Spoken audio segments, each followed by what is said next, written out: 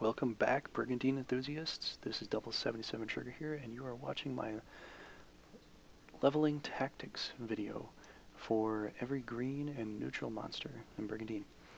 Now, basically, this is the Land of Racina version, so this is a little bit different than what you're going to see in the Grand Edition version.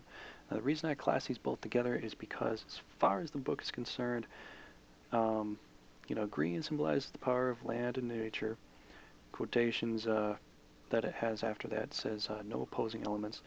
And for the neutral one, or no color, it says it symbolizes neutrality, and in quotation afterwards it says no opposing elements. So neither of these elements, the no color or the green color, can do any more damage or any less damage to anything in the game. So as far as this one goes, they're pretty much on par. I don't understand the whole point of that.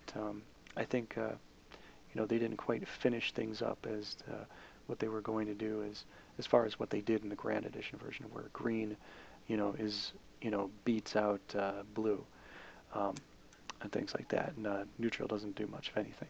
But here I'm just going to go through all the monster types as far as what they're good at and how you can strategically level them up well. And which ones are good as a front row fighter, flanker, or back row fighter. Now, when you start off here, I'm going to start on the mandrakes. And the mandrakes, as far as they're concerned, you could possibly put them in the front row right away because of their tremendous amount of hit points, but they will take a lot of beating. So a flanker is kind of advised, but close to the front row it can work well too. The only problem is trying to get them somewhere. Unless you have a forest to make them swim through, it's going to be quite difficult to get them there. But then you turn them into a man-eater. That's the next one on the, this rotation here. And a man-eater, they can be in the front row right away. Plus, if you wanted to keep them in the back row as a flanker, they can work well too, because they could shoot a spine missile, which is basically like a low-level a basic level centaur 3 spaces away right off the bat. It doesn't paralyze like the original one, or their regular attack does, but it still is very good. So they can cover all areas well. You can have them as back row, flanker, or front row once you turn them into a man-eater. Now, next on the list is a pixie. Now, this one is primarily back row. They will die very quickly if you try to take them out there and attack with the pixie wand. It will happen. You watch it a lot. If you want to have them die quickly, that's the best way for you to do it. Even throw them out as a flanker, they'll still die. They need to stay in the back row and use their protect and use their silence. Once you level them up to a fairy, still pretty much the same thing. You don't want them out there attacking. If they get attacked, they may counterattack with a charm spell, which is good, but they'll still die very quickly. The greatest thing about why keeping the back row is once you have them in back row, they can use the spell React, which will give one of your guys, one of your monsters or characters 2 turns in one, 2 attacks in 1 turn. So that's really good for that. But primarily, pixies and fairies have to stay in the back row. That's just kind of the way it goes for them. On to the next one, the centaurs. Centaurs, primarily back row. You can throw them out as a flanker once in a while, but they can get hurt very, very badly. So definitely I would recommend just mostly keeping them as a back row, and if you must, use them as a flanker, but only if you have to. Next one on the list is the high centaur. Now the high centaur, you can have them as a flanker, and they'll be just fine because they have a high enough agility to evade, and they can stay in the back row and shoot. Primarily back row is their main forte, so that's how you kind of want to use them with that. Next one on the list is the rock, and I put this one in here because basically it is what it is. It's a neutral color. Once you level it up to a phoenix, you have a red color, and it's pretty much a totally different bird at that point. And you could play the game where you level up a rock to level 30 and not change him over to a phoenix, and it's still an amazing fighter because one of the greatest parts about a rock is its stoning ability. Um, but here you can have it as a front row fighter, you can have it as a flanker, but a back row would not do you any good because if you try using the Crybird behind your own monsters and leaders, you might paralyze your own team. It's a very bad thing.